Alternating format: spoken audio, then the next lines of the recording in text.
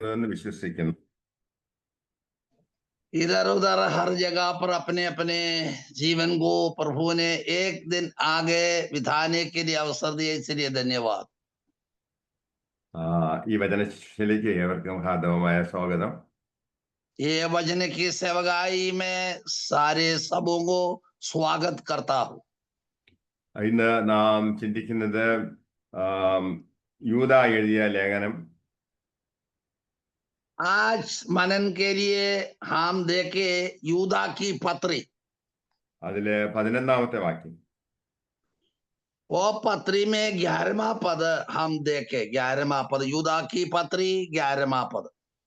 അവർ കയ്യിന്റെ വഴിയിൽ നടക്കുകയും കൂലി കൊതിച്ച് ബിലയാമിന്റെ വഞ്ചനയിൽ തങ്ങളെ തന്നെ ഏൽപ്പിക്കുകയും കോരഹിന്റെ മത്സരത്തിൽ നശിച്ചു പോവുകയും ചെയ്യുന്നു. यहाँ पर 11वां पद में यही वचन दिया है, उन पर हाय, क्योंकि वे खेन की सी चाल चले और मजदूरी के लिए बिलाम की समान भ्रष्ट हो गए हैं। ഇവിടെ ദൈവ വേലയിലായിരിക്കുന്ന ചിലരെങ്കിലും ദൈവഹിതമല്ലാത്ത രീതിയിൽ പ്രവർത്തിക്കുന്നു എന്നുള്ളതിന്റെ സൂചന എത്ര? यहाँ पर हम मनन किया है, परमेश्वर की सेवकाई में भी आजकल दिनों में कई लोग सच्चे रीति छोड़कर टेढ़ी मेढ़ी रीति पर कमाने वाले शायद होगा। ഇവിടെ ലേഖനകർത്താവ് അതിമനോഹരമായിട്ടുള്ളതായ ചില ഉപമകൾ പറഞ്ഞിരിക്കുന്നു. और लिखने पत्री लिखा वाला जो अच्छी रीति पर कुछ कहानी की नाई ये बात बताया है। ദുരുദ്ദേശത്തോടുകൂടി ദൈവവേലയിലായിരിക്കുന്ന വ്യക്തികളെ കുറിച്ചും അതുപോലെ കപട വിശ്വാസികളെ കുറിച്ചും അത്രേ അദ്ദേഹം സംസാരിക്കുന്നത്. और दुरुपदेश की रीति पर जाने वाले और कपट भक्ति की नाई जाने वाले व्यक्तियों के बारे में यहाँ पर वचन दिया है। ദൈവത്തോട് മത്സരിക്കുന്നതായ വ്യക്തികളെ കുറിച്ച് പറയുന്നത് ഇവർ നിങ്ങളുടെ സ്നേഹസദ്യകളിൽ മറഞ്ഞു കിടക്കുന്ന പാറകൾ എന്നത്രേ. यहाँ पर जो वचन दिया है अपने आप को खिलाता है, जो खाने की अंदर छोटा सा पत्र है, इसी नाई और गुप्त में रहने वाले लोग भी है। സഭയുടെ ലവ് ഫീസ്റ്റ് തുടങ്ങിയതായ എല്ലാ പ്രവർത്തനങ്ങളിലും ഇവർ സജീവമായി പങ്കെടുക്കും. मंडली में खिलाना पिलाना प्रेम दिखाना सब में उन्होंने जागृति में आगे है. സമുദ്രത്തില് വെള്ളത്തിന്റെ അടിയിൽ മറഞ്ഞു കിടക്കുന്നതായ അതീവ ഗൗരവമുള്ളതായ പാറകൾ പോലെ അത്രേ ഈ വ്യക്തികൾ. और समुद्र की गहराई के स्थान में गुप्त में रहने वाले मोती की नाई है यही लोग. അത് ശ്രദ്ധിക്കാതെ അതിൽ കൂടി യാത്ര ചെയ്യുകയാണെങ്കിൽ ആ കപ്പൽ അപകടത്തിൽ പെട്ടുപോകും. और ध्यान से झांझ लेकर ये जहाज में मुसाफरी करते हैं, जो करने वाला परकेगा नहीं है तो वो जहाज पानी में डूब जाएंगे. അതുകൊണ്ട് നമ്മുടെ സ്നേഹസദ്യകളിൽ മറഞ്ഞു കിടക്കുന്ന പാറകളെ നാം തിരിച്ചറിയേണ്ടിയിരിക്കുന്നു. ये तुम्हारी प्रेम सभा संभावा में तुम्हारे साथ खाते पीते समुद्र में छिपी हुई चट्टान सरीके है. വിശുദ്ധനായ യൂദാ പിന്നെയും പറയുന്നത് അവർ കാറ്റുകൊണ്ടോടുന്ന വെള്ളമില്ലാത്ത മേഘങ്ങൾ എന്നത്രേ. यूदा ने ही बात और चेतावनी देते हैं, और बेधकना अपना ही पेट भरने वाले रखवाले हैं, वे निर्जल बादल है. നാം നമ്മുടെ കൂട്ടായ്മകളെ കുറിച്ച് ചിന്തിക്കുമ്പോൾ ഇതൊരു നമുക്കൊരു മുന്നറിയിപ്പ് നൽകുന്നതായ ഒരു വേദഭാഗം അത്രേ. और हमारा विश्वास योग्य में रहते हुए समय एक चेतावनी देता है ये वचन. നമുക്ക് വിശ്വാസികളെ സത്യവചനത്തിൽ നിന്നും അത് പിന്തിരിപ്പിക്കുന്നതായ ചില കാര്യങ്ങളൊക്കെ ചില ആളുകൾ അവരുടെ പ്രസംഗത്തിൽ പറയാറുണ്ട്. और विश्वासी गणों को पीछे हटाने के लिए कोई उपदेश देने वालों भी आजकल दिनों में हम देखते हैं। സത്യവേദ പുസ്തകത്തെക്കുറിച്ച് അല്ലെങ്കിൽ വചനത്തെക്കുറിച്ച് നല്ല നിശ്ചയമില്ലാത്തതായ വ്യക്തികളെ എളുപ്പത്തിൽ വശീകരിക്കുന്നതിനും അവരെ തെറ്റായ ദിശയിലേക്ക് നയിക്കുന്നതിനും ഇത്തരത്തിലുള്ളതായ ഉപദേശങ്ങൾ ഇടയാക്കുന്നു. और सच्चे रीति में सच्चाई में सिर नहीं रहते हैं इत्यादि लोगों को हिलते मिलते रहने वालों को हिलाने के लिए उनका उपदेश उपयोग करते हैं। അപ്പോസ്തലനായ പൗലോസ് ഇങ്ങനെ പറയുന്നു, ആട്ടിൻകൂട്ടത്തെ മേയ്ക്കാത്ത കൊടിയ ചെന്നായ്ക്കൾ വിപരീത ഉപദേശവുമായി നിങ്ങളുടെ അടുക്കൽ വരും എന്ന്. प्रेरित पौलुस ने एक बात दी, ये विपरीत उपदेश देने वाले, गलत शिक्षा देने वाले और इतनी घोर जानवर की नाई तुम्हारे बीच में उन्होंने प्रकट करेंगे। തന്റെ കാലശേഷം സഭയിൽ ഉണ്ടാകുന്നതായ ഒരു ഡെവലപ്മെന്റിനെ കുറിച്ച് അത്രേ പൗലോസ് ഇവിടെ പറയുന്നത്. पौलुस ने उनका मृत्यु की बाद में मंडली के अंदर और दुरुपदेश लाते हैं, गलत शिक्षा लाते हैं, जो लोगों का बारे में यहाँ पर दिया गया है। അപ്പോസ്തല പ്രവർത്തികൾ 20-ാം അധ്യായം അതിന്റെ 29 മുതലുള്ള വാക്യങ്ങൾ. प्रेरितों का काम 20वां अध्याय 19वां पद से लेकर वो पद हम पाया जाता है। ഞാൻ പോയ ശേഷം ആട്ടിൻകൂട്ടത്തെ ആദരിക്കാത്ത കൊടിയ ചെന്നായ്ക്കൾ നിങ്ങളുടെ ഇടയിൽ കടക്കും എന്ന് ഞാൻ അറിയുന്നു. ശിഷ്യന്മാരെ തങ്ങളുടെ പിന്നാലെ വലിച്ചു കളവാനായി വിപരീത ഉപദേശം പ്രസ്താവിക്കുന്ന പുരുഷന്മാർ നിങ്ങളുടെ ഇടയിൽ നിന്നും എഴുന്നേൽക്കും.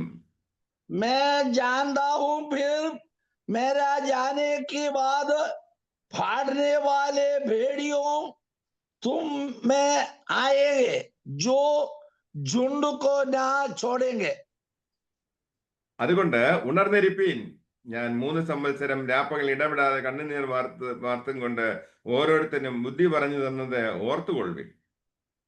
तुम्हारे ही बीच में से भी ऐसे ऐसे मनुष्य उठेंगे जो चेलों को अपने पीछे खींच लेने को टेढ़ी मेढ़ी बात कहेंगे। സ്വഭാവത്തിൽ ഒരു രൂപാന്തരം വരാത്തതായ സോക്കോൾഡ് എന്താണ് ശിഷ്യന്മാര് അല്ലെങ്കിൽ ദൈവദാസന്മാരെ നമുക്ക് കാണുവാൻ കഴിയും. अपना जन्म से लेकर एक स्वभाव है, वो स्वभाव बदला नहीं, मसीह को अपनाकर मसीह की रास्ता नहीं जाते हैं, ऐसे प्रकार की टेढ़ी मेढ़ी जाने वाले लोग उठेंगे। അപ്പൊ ശുശ്രൂഷകന്മാരായിരുന്നാലും വിശ്വാസികളായിരുന്നാലും തങ്ങളുടെ ഫലത്താൽ തങ്ങളുടെ സ്വഭാവത്താൽ അതെ അവർ ആത്മീയരാണോ എന്ന് നമുക്ക് തിരിച്ചറിയുവാൻ കഴിയും. या विश्वासी हो या पासमान हो, उनका काम कार्यों से मालूम पड़ते हैं, उनका स्वभाव दिखाते हैं। അനേകം ഉദാഹരണങ്ങൾ എനിക്ക് പറയുവാൻ കഴിയും. അവര് വലിയ വിശുദ്ധന്മാരാണ്, ദേവദാസന്മാരാണ് എന്നൊക്കെ പറയുകയും പിന്നത്തെ അവരുടെ ജീവിതം നോക്കുമ്പോൾ വളരെയധികം അത് എന്താണ് പറയുന്നത്, ഗുണ്ടാകളെ പോലെ പെരുമാറുന്നതായ ആളുകളെ ഞാൻ കണ്ടിട്ടുണ്ട്. तो परमेश्वर की दास को बहुत सारे लोगों के बारे में कहने के लिए है, यही है विश्वास में आते हैं और मैं महान है कहते हैं, लेकिन उनका जिंदगी इतनी बेकार है। മൈസൂറിലെ ഒരു സഭയില് ഒരു ദേവദാസൻ വളരെ വർഷമായിട്ട് മിഷണർമാർ തുടങ്ങി വെച്ചതായ സഭയാണ് അവിടെ പ്രവർത്തിച്ചു വരുന്നത്. मैसूर में एक बड़ा मंडली में और मिशनरियों ने सेवकाई की आगे लाया हुआ एक मंडली में एक प्रमुख दास ने सेवकाई कर रहा है। എന്നാൽ ഒരു വ്യക്തി അയാൾക്ക് അതിൽ അവകാശമുണ്ട് എന്ന് പറഞ്ഞുകൊണ്ട് കോടതിയിൽ പോയി ഒരു വിധി സമ്പാദിച്ചു. और एक व्यक्ति ने इसकी मिरास भागी बनने के लिए मुझे को भी हक है कहकर कोर्ट में गया है, उनका भागी वो ही ली है। അതുകൊണ്ട് മെയിൻ ആരാധന കഴിഞ്ഞ ഉടനെ തന്നെ ഇയാൾക്ക് കുറച്ച് സമയം കോടതി അനുവദിച്ചു കൊടുത്തു.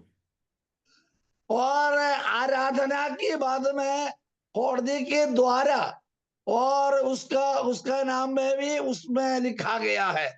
ഞാൻ ആ സഭയിൽ ശുശ്രൂഷിച്ചുകൊണ്ടിരിക്കുമ്പോൾ തന്നെയും ഞാനത് നേരിട്ട് കണ്ടതായ കാര്യമാണ്. परमेश्वर के दास ने वो मंडली में सेवकाई किया, वो करते ही समय मेरे आंख से देखा हुआ बात कहते हैं। ആരാധന തീരുന്നതിന് മുമ്പേ തന്നെ ഇയാളും വേറെ ഒന്ന് രണ്ട് പേരും കൊണ്ട് അവിടെ ഡോറിന്റെ അവിടെ വന്ന് നിൽക്കും. आराधना समाप्त होने के बाद में ये व्यक्ति उसका साथ औरों को बुलाकर और दरवाजाओं में आकर खड़ा होता है ക്രൂരമായ മുഖഭാവം. और इनका इतना द्रौद मुंह की देख सकते हैं। ഇത് വീരപ്പനാണോ എന്ന് പോലും സംശയിച്ചു പോകും. एक जंगल की एक जोर दे वीरपन है उनकी नाई और काम होता है। അപ്പൊ അല്പം പോലും ദൈവസ്നേഹമില്ലാത്തതായ ഒരു ദൈവ ദാസനായിട്ടത് എനിക്ക് അയാളെ കാണുവാൻ കഴിഞ്ഞത്. दौड़ा सावी और उनका मसीह की काम कार्य जो भी उन पर नहीं है, सोच समझते हैं ये ईश्वर की सेवक है नहीं। അപ്പൊ മാതൃകയില്ലാത്തതായ ക്രിസ്തുവിന്റെ സ്വഭാവമില്ലാത്തതായ ഇത്തരം കള്ളനാണയങ്ങളെ നാം തിരിച്ചറിയേണ്ടിയിരിക്കുന്നു. और मसीह का नाम और प्रेम और कुछ न दया सिवा जाते हैं, ऐसे प्रकार के लोगों को हम परखना पड़ते हैं। അതുകൊണ്ടാണ് പൗലോസിവിടെ ഒരു മുന്നറിയിപ്പ് തരികയാണ്, ആട്ടിൻകൂട്ടം മുഴുവനെയും സൂക്ഷിച്ചുകൊള്ളുവിൻ. इसी कारण में प्रेरित पौलुस ने चेतावनी देता है, तुम्हारा हाथ का नीचे जितने झुंड है, भेड़ों है, उसको संभाले। അദ്ദേഹം സഭയെ നടത്തുന്നതായ പാസ്റ്റർമാരോട് അത്ര അഭിസംബോധന ചെയ്യുന്നത്, मंडली को चराते हैं चरवाहों के बारे में ये चेतावनी देता है। ദൈവത്തിന്റെ സഭയെ മേയ്പ്പാൻ പരിശുദ്ധാത്മാവ് നിങ്ങളെ അധ്യക്ഷരാക്കി വെച്ച ആട്ടിൻകൂട്ടം മുഴുവനെയും സൂക്ഷിച്ചുകൊള്ളുവീൻ. मंडली को चलाने के लिए चरवाहा के नाई तुमको ठहराया है, इसी कारण में जितना भेड़ों है जो झुंडों को तू संभाल। ആട്ടിൻകൂട്ടത്തെ ആദരിക്കാത്ത കൊടിയ ചെന്നായ്ക്കൾ നിങ്ങളുടെ ഇടയിൽ കടക്കും.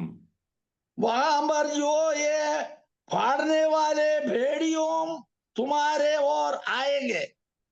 ശിഷ്യന്മാരെ പോലും വിപരീത ഉപദേശത്താൽ അവരെ പിന്തിരിപ്പിക്കുന്ന ഒരവസ്ഥ ഉണ്ടാകുമെന്ന് പൗലോസ് ഇവിടെ പറയുന്നു. जो चेहरे को अपने पीछे खींच लेने को टेढ़ी मेढ़ी बातों कहेंगे। ഗലാത്യർക്ക് എഴുതിയ ലേഖനം 1-ാം അധ്യായം 8-9 വാക്യങ്ങൾ. गलातियों की पत्री पहले अध्याय 8 और 9 पद में, എന്നാൽ ഞങ്ങൾ നിങ്ങളോട് അറിയിച്ചതിന് വിപരീതമായി ഞങ്ങളാകട്ടെ സ്വർഗത്തിൽ നിന്ന് ഒരു ദൂതനാകട്ടെ നിങ്ങളോട് സുവിശേഷം അറിയിച്ചാൽ അവൻ ശപിക്കപ്പെട്ടവൻ. परंतु यदि हम या स्वर्ग से कोई दूत भी उस सुसमाचार को छोड़ जो हमने तुमको सुनाया है, कोई और सुसमाचार तुम्हें सुनाया तो श्रापित हो। ഫസ്റ്റ് തിമത്യോസിന് എഴുതിയ 1-ാം ലേഖനം 4-ാം അധ്യായം 1-ാം വാക്യം. पहले तिमोथियुस 4 अध्याय की 4वां अध्याय की पहले पद में भी हम पाया जाता है। എന്നാൽ ഭാവി കാലത്ത് ചിലർ വ്യാജാത്മാക്കളെയും ഭൂതങ്ങളുടെ ഉപദേശങ്ങളെയും ആശ്രയിച്ച് ഭോഷ്ക് പറയുന്നവരുടെ കപടത്താൽ വിശ്വാസം ത്യജിക്കും എന്ന് ആത്മാവ് തെളിവായി പറയുന്നു. और वहां पर अंतिम समय में परमेश्वर की वचन से रहित होकर अपने अपने लालसा में, परंतु आत्मा स्पष्ट से कहता है कि आने वाले समयों में कितने लोग भरमाने वाली आत्माओं और दुष्टात्माओं की शिक्षाओं पर मन लगाकर വിശ്വാസ ജായേഗെ. അപ്പോ ഇവിടെ വ്യാജാത്മാക്കള് പല പല ഞങ്ങളുടെ നാട്ടില് അനേകം പിന്നെ ദൈവവേലക്കാരുണ്ട്.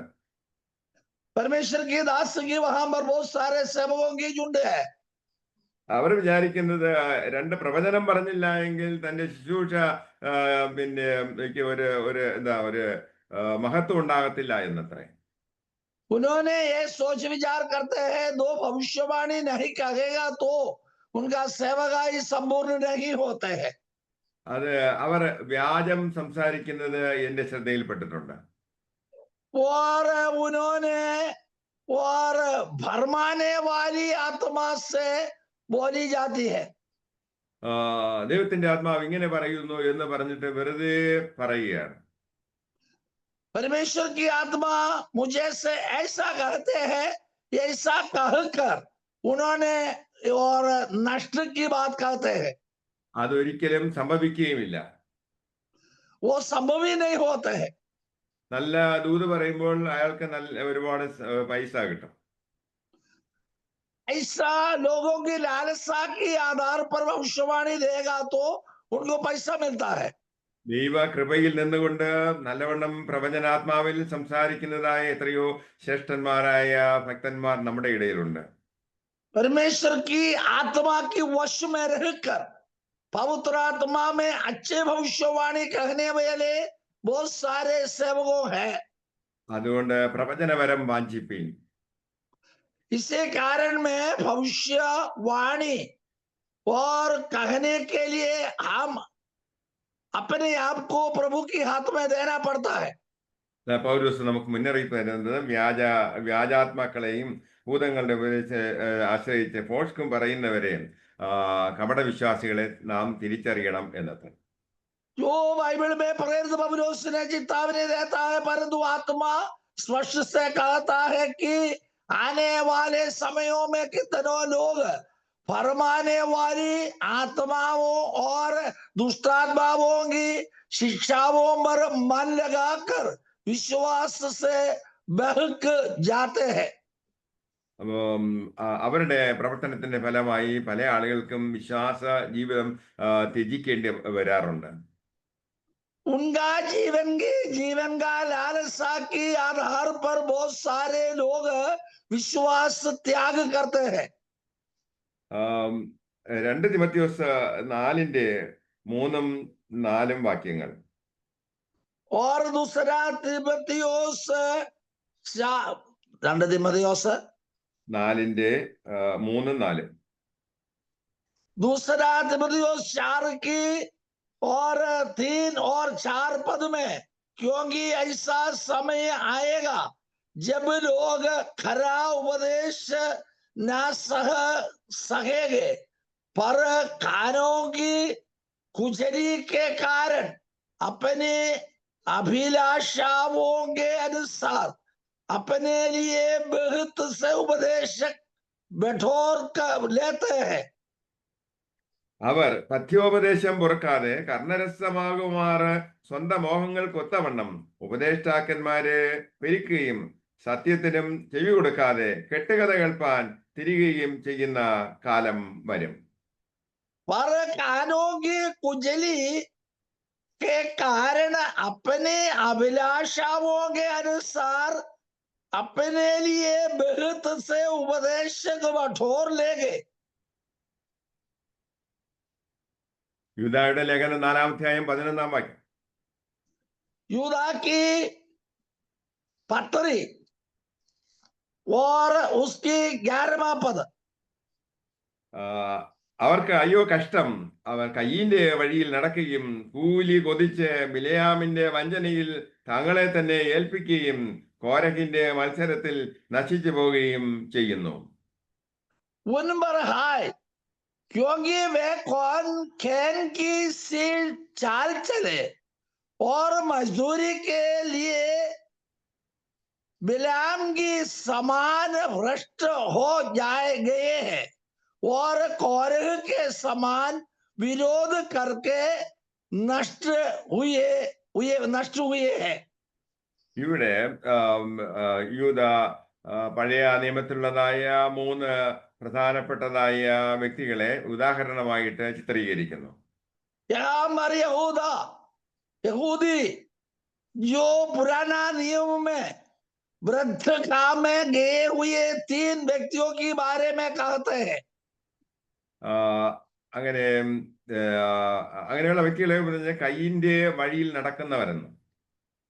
एक है कैन के रास्ता में चलते हैं.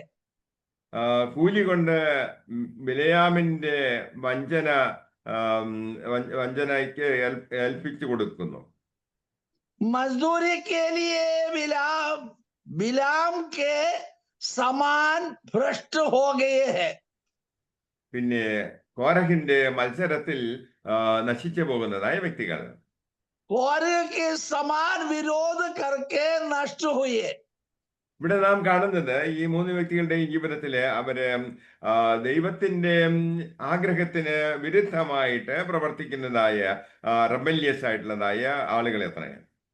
ये तीनों व्यक्ति के बारे में कहना जाता है ये तीनों ने परमेश्वर की महिमा की वचन के विरोध में किए हुए लोग हैं. അവർ ജഡത്തെ മലിനമാക്കുന്നു. शरीर की आग्रह को अशुद्ध कर देते हैं.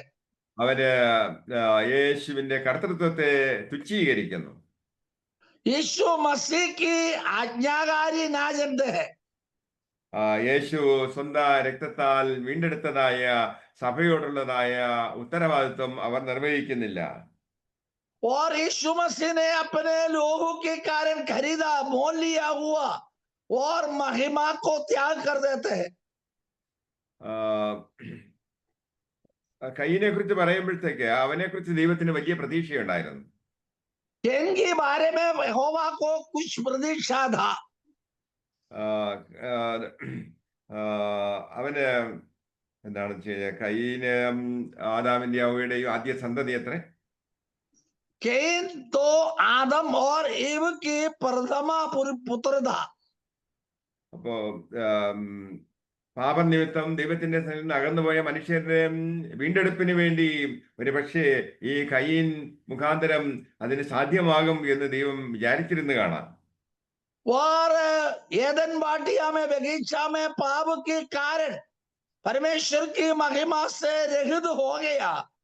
वो लोगों को वापस लाने के लिए शायद ये कैन के द्वारा वापस लाएंगे ये सोच समझा ईश्वर ने.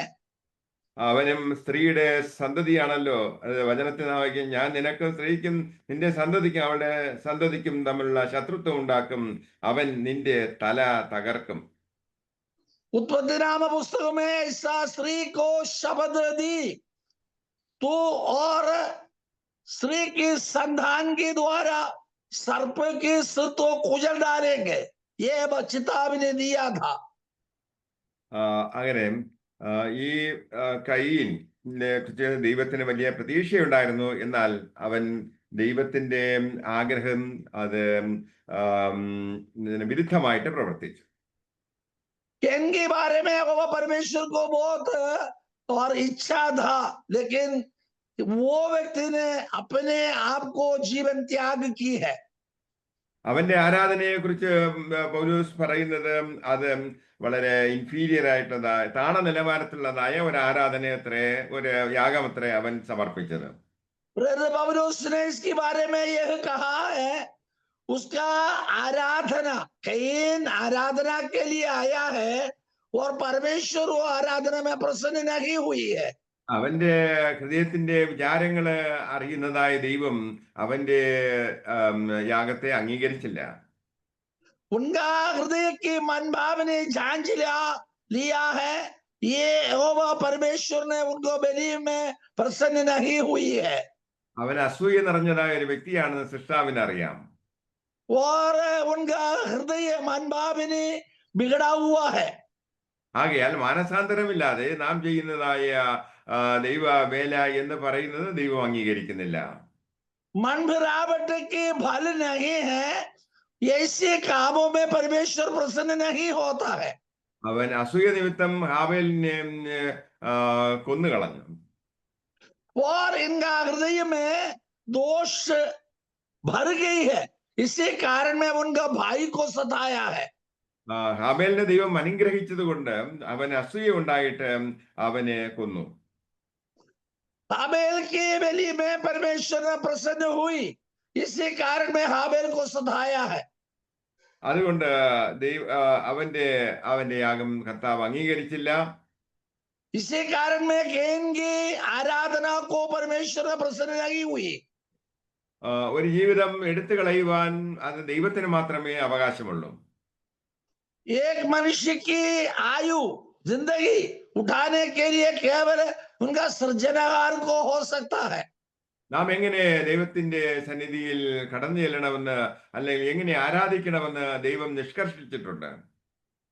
हम परमेश्वर की ओर कैसा आए, कैसा आराधना करे, इसके बारे में यहोवा को आग्रह इच्छा है। യഹോവയുടെ പർവ്വതത്തിൽ ആർ കയറും? यहोवा के पहाड़ पर कौन चढ़ेंगे? അവന്റെ വിശുദ്ധ മന്ദിരത്തിൽ ആർ നിൽക്കും? उसका पवित्र स्थान में कौन प्रवेश करेगा? വെടിപ്പുള്ള കൈയും നിർമ്മല ഹൃദയവും ഉള്ളവരത്രേ. अच्छे हाथ वाले और निर्मल अच्छे मन भावने वाले हैं।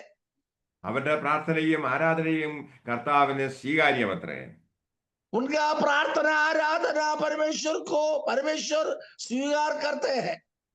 അപ്പൊ കയ്യിന്റെ രീതിയിലുള്ളതായ മതപരമായിട്ടുള്ളതായ ഒരു ആരാധന അല്ലെങ്കിൽ ഒരു സാക്രിഫൈസ് കർത്താവ് സ്വീകരിച്ചില്ല. और कैन की नाई अपने कामों में परमेश्वर को प्रसन्न करने के लिए, बलि चढ़ाने के लिए आया और ईश्वर ने प्रसन्न नहीं की।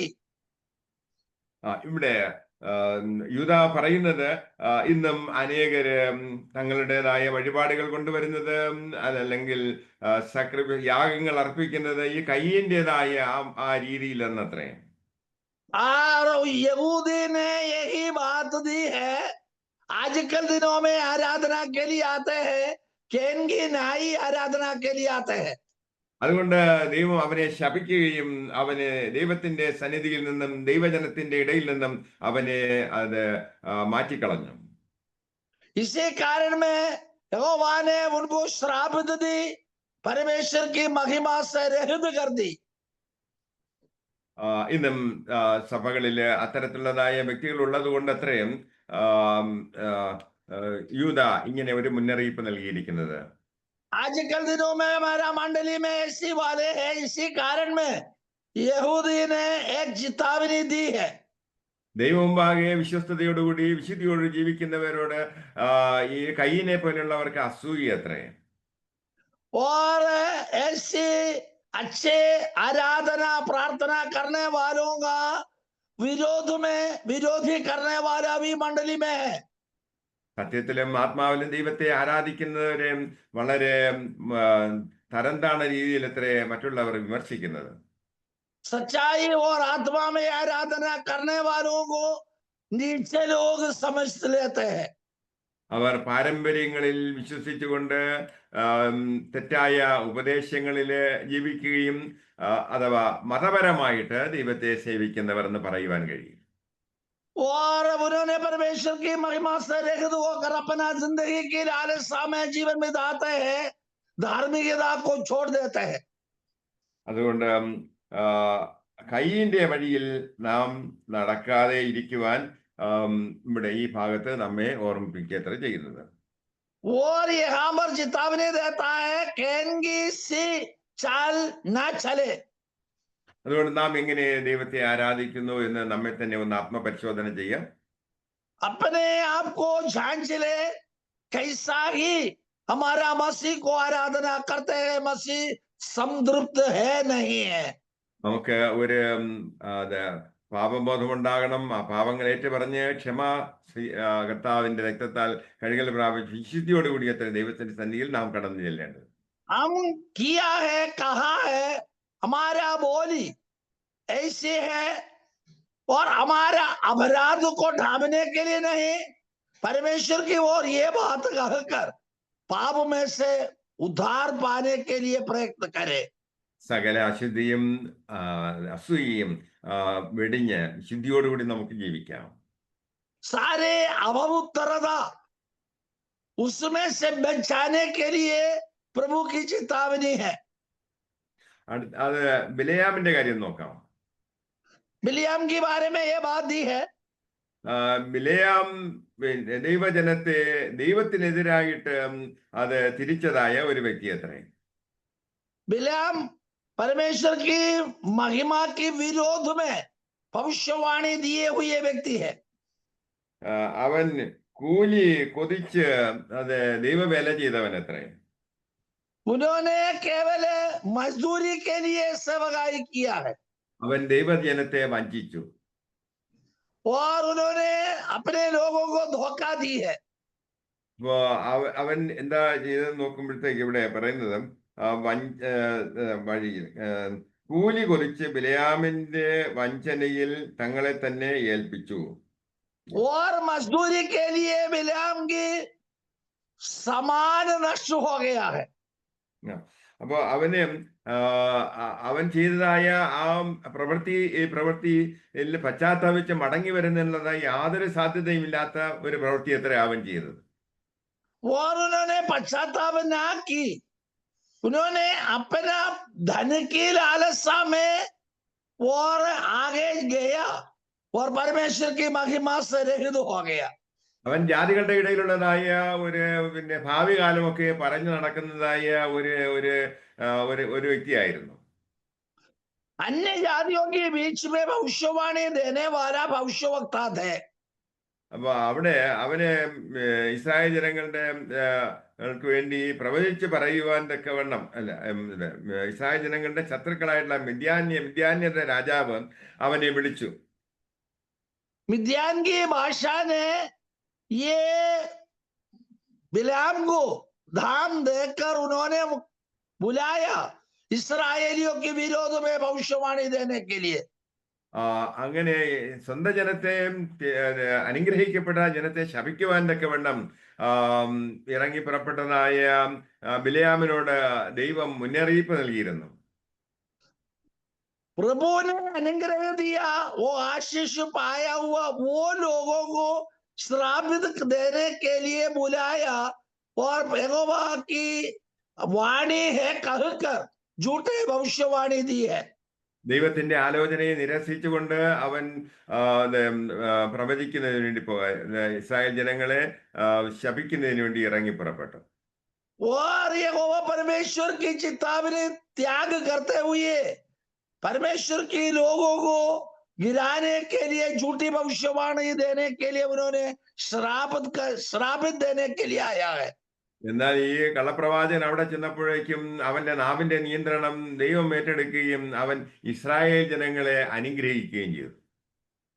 वही ने जो झूठे भविष्यवक्ता ने जो कहने आया लेकिन उनका जीभ में उनके परमेश्वर ने दिया और उन्होंने श्रापित की बदले उन्होंने आशीष की वाणी दी है। അപ്പൊ മിദ്യാന്യരെ സംബന്ധിച്ചിടത്തോളം അവർക്ക് ഈ ദൈവത്തിന്റെ സ്വന്തം ജനത്തെ അതിജീവിക്കുവാൻ തക്ക അവരോട് ജയമെടുക്കുവാൻ തക്കവണ്ണം ഒരു വിധത്തിലും സാധ്യമല്ല എന്ന് അവർക്ക് ബോധ്യമായി. मिद्यानी को ये बात है और इस्राएलियों को गिराकर वो स्थान कब्जे में लाने के लिए प्रयत्नरत हो गया है। അതുകൊണ്ട് അവൻ ഒരു ഉപദേശം കൊടുത്തു. उन्होंने उपदेश दी है, സുന്ദരികളായിട്ടുള്ളതായ മിദ്യാന്യ യുവതികളെ ഇസ്രായേൽ യൗവനക്കാരായ മക്കളുമായിട്ട് അവരെ അത് ലൈംഗിക ബന്ധത്തിൽ ഏർപ്പെടുന്നതിന് അവൻ പ്രേരിപ്പിച്ചു. और ये बिलाम ने श्रापित देने के लिए कई प्रकार प्रयत्न किए लेकिन निष्फल हो गया। अंतिम में इन्होंने और मिद्यानियों की कुमारियों को और इस्राएलियों को जवानों के बीच में भेजा है कुकर्मी की काम करने के लिए। അപാര ബുദ്ധിയാണ് ഇവിടെ കാണുന്നത്. वो बड़ा बुद्धि है। അപ്പൊ അങ്ങനെ ഇസ്രായേൽ ജനങ്ങളെ ദൈവത്തിൽ നിന്നതായ ആ വിശുദ്ധിയിൽ നിന്നും ആരാധനയിൽ നിന്നും അവരെ പിന്തിരിപ്പിച്ച് മിദ്യാന്യരുടേതായ ഐഡലട്രിയിലേക്ക് വിഗ്രഹാരാധനയിലേക്ക് അവരെ അടുപ്പിക്കുന്നതിന് ചെയ്തതായ ഒരു കുതന്ത്രമായിരുന്നു അത്. और इस्राएलियों ने पवित्रताई में जीवन बिताया। इन्होंने अपवित्र में लाने के लिए, धोखाबाजी करने के लिए वो कुमारियों को वहां पर उनके बीच में भेज दिया है। കാര്യങ്ങളൊക്കെ അവൻ മാനിപ്പുലേറ്റ് ചെയ്തിട്ട് തന്റെ ആഗ്രഹം സാധിച്ചെടുക്കുന്നതിന് വേണ്ടി ഉള്ളതായ തനിക്ക് അതിലൂടെ വലിയ ലാഭമുണ്ടാക്കുന്നതിന് വേണ്ടി പണമുണ്ടാക്കുന്നതിന് വേണ്ടിയും കൂലിക്ക് വേണ്ടി അവൻ ഇതൊക്കെയും ചെയ്തു. और धन कमाने के लिए बिलाम ने वो दुरुपदेश विरोध करके, जिन्होंने भ्रष्ट बात बताकर अपने धन लाभ के लिए उन्होंने काम की है। ബിലെയാമിന്റേതായ അതേ മനോഭാവമുള്ളതായ അനേകം വ്യക്തികളെ ദൈവമക്കളുടെ ഇടയിൽ കാണുവാൻ കഴിയും. ऐसे प्रकार की बिलाम की और उपदेश के आधार पर जाने वाले बहुत सारे लोग अपने आराधनालयों में भी आजकल दिनों में देखते हैं। ബിലെയാം ചെയ്തതായ അതേ എറർ, അതേ കുറ്റം തന്നെയാണ് ഇന്നും പലരും ചെയ്തുകൊണ്ടിരിക്കുന്നത്. बिलाम ने क्या दोषित काम की, ऐसे प्रकार के काम करने के लिए बहुत आगे आया है। അവർ ശുശ്രൂഷ ചെയ്യുന്നത് തങ്ങളുടെ ദ്രവ്യാഗ്രഹം പൂർത്തീകരിക്കുന്നതിന് വേണ്ടി അത്രേ. उनको उन्होंने सेवकाई करते हैं धन की लालसा पूरा करने के लिए है। അല്ല എങ്കിൽ സാമ്പത്തികമായിട്ടുള്ള നേട്ടം ഉണ്ടാക്കുന്നതിന് വേണ്ടി, അല്ലെങ്കിൽ ഭൗതികമായിട്ടുള്ള ചില നന്മകൾ ലക്ഷ്യം വെച്ചുകൊണ്ടുള്ളതായ പ്രവർത്തനം ചെയ്യുന്നവർ. धन कमाने के लिए या अनुग्रह से लोगों को भटकाने के लिए उन्होंने प्रयत्न करते हैं। അവർ പറയും, ഞാൻ പ്രാർത്ഥിക്കാം, പക്ഷെ എനിക്ക് ഇത്ര തുക തരണം എന്ന് പറയും. उन्होंने ये बात देते हैं, हम प्रार्थना करते करेंगे, हमारे लिए पैसा देना। ഇല്ലെങ്കിൽ പ്രാർത്ഥിക്കുകയില്ല.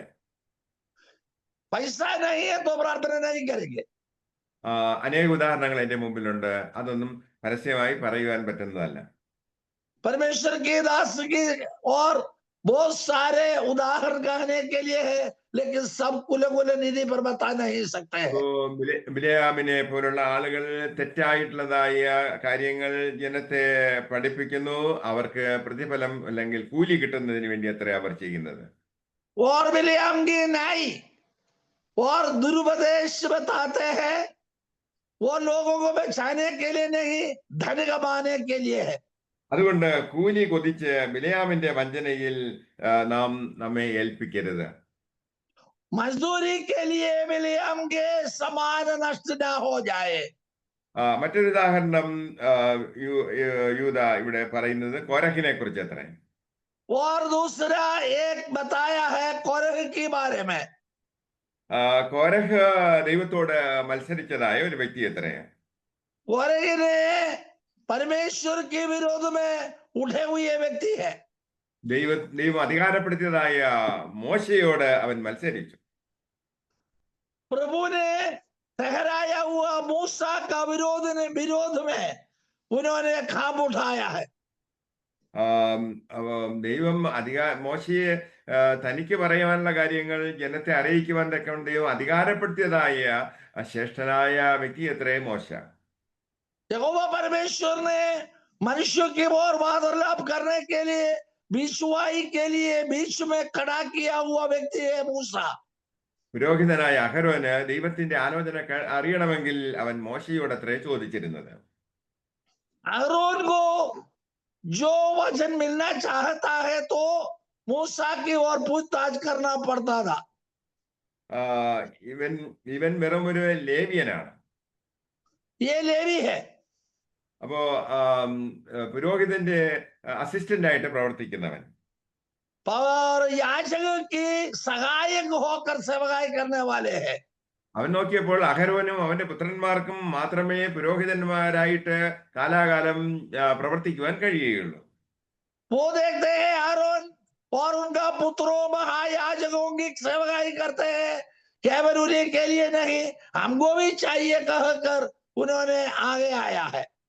അതുകൊണ്ട് അവൻ ഒരു കലഹം ഉണ്ടാക്കുകയുണ്ടായി. उन्होंने एक झगड़ालू बन गए। അപ്പൊ ദൈവം ഇസ്രായേലിന് വേണ്ടി ദൈവം തെരഞ്ഞെടുത്തതായ ആ ലീഡർഷിപ്പിനെ അവൻ ചോദ്യം ചെയ്തു. और यहोवा परमेश्वर ने चुन लिया, ठहराया वो अधिकार को उन्होंने पूछताछ की। എന്നാൽ ദൈവം ഭൂമി പിളർന്ന് അവനെ ഇല്ലായ്മ ചെയ്തു കളഞ്ഞു. भूमि फाड़कर उन्हों और उनका साथियों को खा लिया है। സ്വർഗത്തിൽ നിന്നും തീ ഇറക്കി അവന്റെ കൂടെയുള്ളവരെ നശിപ്പിച്ചു കളഞ്ഞു. स्वर्ग से आग उतरकर उनका साथियों को जला दिया है। പിന്നെയും അവർ അടുത്ത ദിവസം മറ്റൊരു അതെ ഇങ്ങനെയുള്ളതായ ഇവർക്കെതിരായുള്ളതായ ഒരു പ്രവർത്തനം പ്ലാൻ ചെയ്തു. आगे दिन में और एक मूसा के विरोध में एक काम शुरू की है। എന്നാൽ ആ സംരംഭത്തെ അവരുടേതായ ആ തന്ത്രത്തെ പ്ലാനിനെ ദൈവം അത് പൊളിച്ചു കളഞ്ഞു. ദൈവം അവരുടെ ഇടയിലേക്ക് ഒരു ബാധ അയച്ചു. और इन्होंने कोरही ने बनाकर तैयार करके लाया मूसा और परमेश्वर के अधिकार को और बदल काम करने के लिए आया, लेकिन यहोवा ने उन्होंने आइडिया को तोड़ डाल दिया है। ബാധ നിമിത്തം 14,000 പേർ മരിച്ചുപോയി. इसी कारण में 14,000 लोग मृत्यु पाया। ഇവിടെ കോരഹിനുണ്ടായത് വളരെ സാവധാനത്തിലുള്ളതായ ഒരു മരണമല്ലായിരുന്നു. അവന് നേരിടേണ്ടി വന്നത് വളരെ വയലന്റ് ആയിട്ടുള്ളതും അതിവേഗത്തിലുള്ളതുമായിട്ടുള്ളതായ ഒരു ഭീകര മരണമായിരുന്നു. जो कोरह को वहां पर पाया हुआ मृत्यु साधारण मृत्यु नहीं, भयानक मृत्यु है। അതെ, നമ്മുടെ ലീഡർ എന്ന് പറയുന്നത്, നമ്മുടെ മാസ്റ്റർ എന്ന് നമ്മുടെ കർത്താവ് എന്ന് പറയുന്നത് യേശു അത്രേ. हम ये समझ ले, हमारा शीर्ष, हमारा सिर, हमारा उद्धारक हमारा यीशु मसीह है। യേശുവിന്റെ വചനങ്ങളോട് എതിർപ്പ് പ്രകടിപ്പിക്കുകയും യേശുവിനെ അംഗീകരിക്കാതിരിക്കുകയും ചെയ്യുന്നവർക്ക് അയ്യോ കഷ്ടം. यीशु मसीह की मृत्यु को ना जांच लेते हैं, अपनाता नहीं, सोच विचार नहीं करते हैं जो लोग हाय हाय ദൈവപുത്രനായ യേശു ക്രിസ്തുവിനെ തള്ളിക്കളയുന്നവർ അവർക്ക് സംഭവിക്കാൻ പോകുന്നത് കോരഹിനുണ്ടായതായ അതേ അനുഭവം അത്രേ. मसीह को त्याग करते हैं, अपना लालसाओं में जाते हैं, उन्हीं को कोरह को क्या हाल हुई यही हाल उन्हीं को भी आते हैं। എന്നാൽ കോരഹിനെ സംബന്ധിച്ചിടത്തോളം ഒരു വലിയ പൈതൃകമുണ്ട്. അവൻ ലേവിയുടേതായ കൊച്ചുമകൻ അത്രേ. और उनको पितृत्व यही है, कोरह जो लेवी की वंश परंपरा में है, അവന് ദൈവികമായിട്ടുള്ളതായ ഒരു പാരമ്പര്യം അവകാശപ്പെടുവാനുണ്ട്. और परमेश्वर की इतिहास में एक चिन्ह की व्यक्ति थे। അതെ, അവന്റെ ഗ്രാൻഡ് ഫാദർ അങ്ങനെയായിരുന്നു എന്ന് പറഞ്ഞിട്ട് കാര്യമില്ല. അത് അവൻ ആത്മീയമായിട്ട് വളരേണ്ടിയിരിക്കുന്നു. और उनका पुरखाओं ने ऐसे थे कहकर कुछ जरफालिल नहीं है, आत्मिक जागृति मिलने के लिए प्रयत्न करने वाले थे। നമ്മുടെ ഗ്രാൻഡ് ഫാദർ എത്ര വളരെ ഉയർച്ച പ്രാപിച്ചതായ വ്യക്തിയാണെങ്കിലും നാം തന്നെ വളർന്നെങ്കിൽ മാത്രമേ ആത്മീയമായിട്ടുള്ളതായ അനുഗ്രഹം പ്രാപിക്കുവാൻ കഴിയുള്ളൂ. हमारा पुरखाओं पिता उन्होंने कितने फलदायक सेवकाई किए वाले हैं, होवे तो भी हम परमेश्वर के पीछे पकड़ने वाला होना चाहिए। മോശയുടെ അധികാരത്തെ ചോദ്യം ചെയ്തതിലൂടെ കോരഹ് ദൈവത്തിന്റെ അധികാരത്തെ ചോദ്യം ചെയ്യുകയായിരുന്നു. मूसा की अधिकार को ऐसे चिन्ह डालने वाले व्यक्ति परमेश्वर की और अधिकार को भी पूछताछ करने वाले हैं। അപ്പോ ദൈവം തെരഞ്ഞെടുത്തതായ വ്യക്തികളത്രയും സഭയിലെ ശുശ്രൂഷകൾ നടത്തുന്നതായ പാസ്റ്റർമാര്, പ്രവാചകന്മാര്, പിന്നെ ഇങ്ങനെയൊക്കെയുള്ളതായ വിവിധ 5 തരത്തിലുള്ളതായ ഓഫീസുകളുണ്ടല്ലോ. और नया नियम में परमेश्वर ने अपने लोगों को चलाने के लिए चरवाहा होकर चुन लिए हुए लोग हैं, प्रेरितों और इत्यादि सेवकों को चुन रखा है। പലരുടെയും പ്രവർത്തനങ്ങളും അപാകതകൾ ഉണ്ടായിരിക്കാം. शायद वो किसी का सेवकाई में और कमी कटी रहेंगे, നാം അവർക്ക് വേണ്ടി പ്രാർത്ഥിക്കുക അത്രേ വേണ്ടത്. हम उन्हीं के लिए प्रार्थना में जागना जरूरत है। ഇന്ന് സഭയിൽ കടന്നുകൂടിയിരിക്കുന്നതായ ദുരുപദേശത്തെക്കുറിച്ച് പറയുകയാണെങ്കിൽ എന്താണ് വിശ്വാസം ഉണ്ടായെങ്കിൽ നമുക്ക് സമ്പത്തുണ്ട്, ആരോഗ്യമുണ്ട്, വിജയമുണ്ട് എന്ന് പറയുന്നു. आजकल दिनों में मंडली में एक कीड़ा है, मुझे धन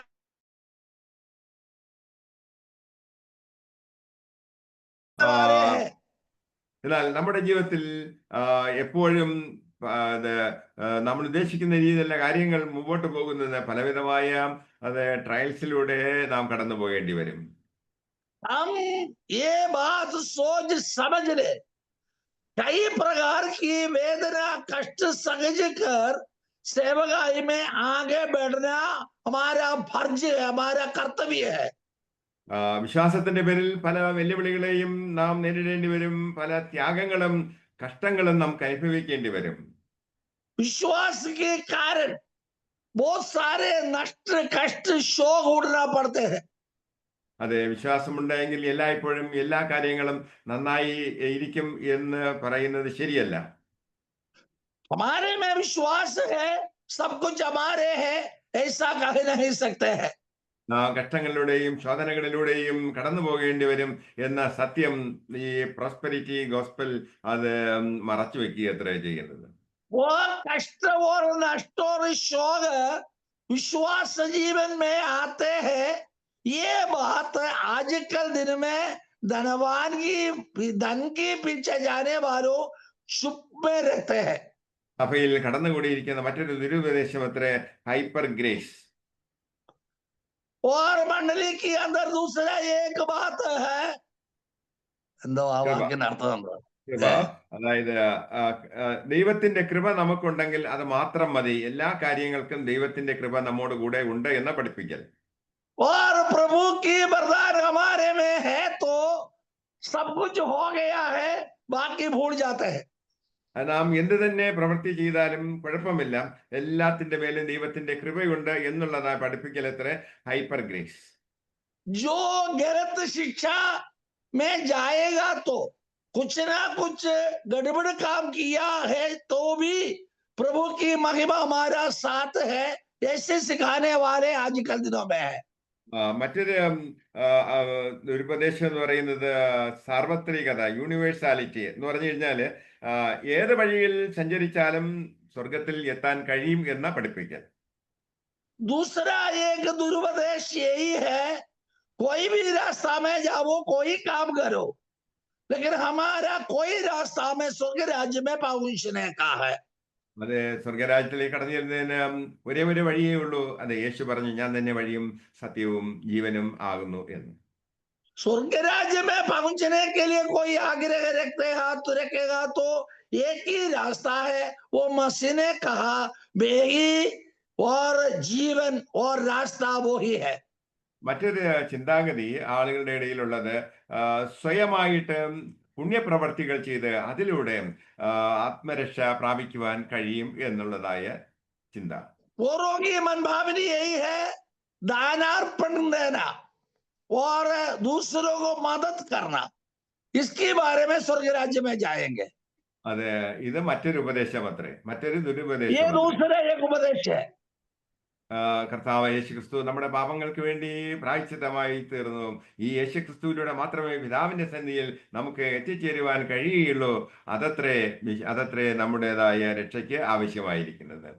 हमारा मसीह हमारे लिए बलि होगी और मसीह के द्वारा स्वर्ग राज्य में प्रवेश करते हैं, कर सकते हैं। सिवा दूसरा काम करते हैं, वो रास्ता में से स्वर्ग राज्य में नहीं पहुंच सकते हैं। രക്ഷയ്ക്ക് പല മാർഗങ്ങളില്ല, ഒരേ ഒരു മാർഗമേ ഉള്ളൂ. അത് കാൽവരിയിൽ ക്രൂശിക്കപ്പെട്ടതായ മരിച്ചുയർത്തെഴുത്ത് ജീവിക്കുന്നതായ യേശു ക്രിസ്തുവിൽ വിശ്വസിക്കുക എന്നുള്ളത്. उद्धार के लिए कोई दूसरा गलत शिक्षा रास्ता नहीं, केवल एक ही रास्ता है, यीशु मसीह वो द्वार है। അതുകൊണ്ട് സഭയിൽ കടന്നുകൂടിയിരിക്കുന്നതായ കൊടിയ ചെന്നായ്ക്കളെ നാം തിരിച്ചറിയേണ്ടിയിരിക്കുന്നു. इसी कारण में मंडली के अंदर ये भालू भेड़ियों में आया है, उसको हम जांच लेना चाहिए। ആര് എന്ത് പ്രസംഗിച്ചാലും അത് തിരുവചനത്തിൽ ഉണ്ടോ എന്ന് പരിശോധിക്കുവാനുള്ളതായ അവകാശം നമുക്കുണ്ട്. कोई किसी भी प्रचार देते हैं, वो धर्मशास्त्र में है नहीं है, जांच लेना हमारा कर्तव्य है. അതുകൊണ്ട് അത്രയും നമ്മുടെ വചന ശുശ്രൂഷയിൽ അധികമായിട്ട് തിരുവചനങ്ങൾ കോട്ട് ചെയ്യുന്നത്. इसी कारण में हम ये प्लेटफॉर्म में परमेश्वर की वचन अधिक से अधिक शिक्षा देता है और सिखाते हैं. അതുകൊണ്ട് നാം കയ്യിന്റെയും ബെലയാമിന്റെയും കോരഹിന്റെയും ജീവിതത്തിൽ വന്നുപോയ പരാജയത്തിൽ നിന്നും നമ്മൾ ചില ചില വസ്തുതകൾ പഠിക്കേണ്ടിയിരിക്കുന്നു. इसी कारण में कयीन बिलियाम कोरह ये तीनों का उपदेश दिया है, वो उपदेश में जाना नहीं, जांच लेना मसीह की वचन चेतावनी क्या होता है. ഈ വചന നിമിത്തം ആത്മീയ വർധന വരുത്തുന്നതിന് ദൈവം നമ്മെ സഹായിക്കട്ടെ. ആമേൻ. ये वचन के द्वारा आत्मिक उन्नति पाने के लिए प्रभु हमें सहाय मदद करे. आमीन.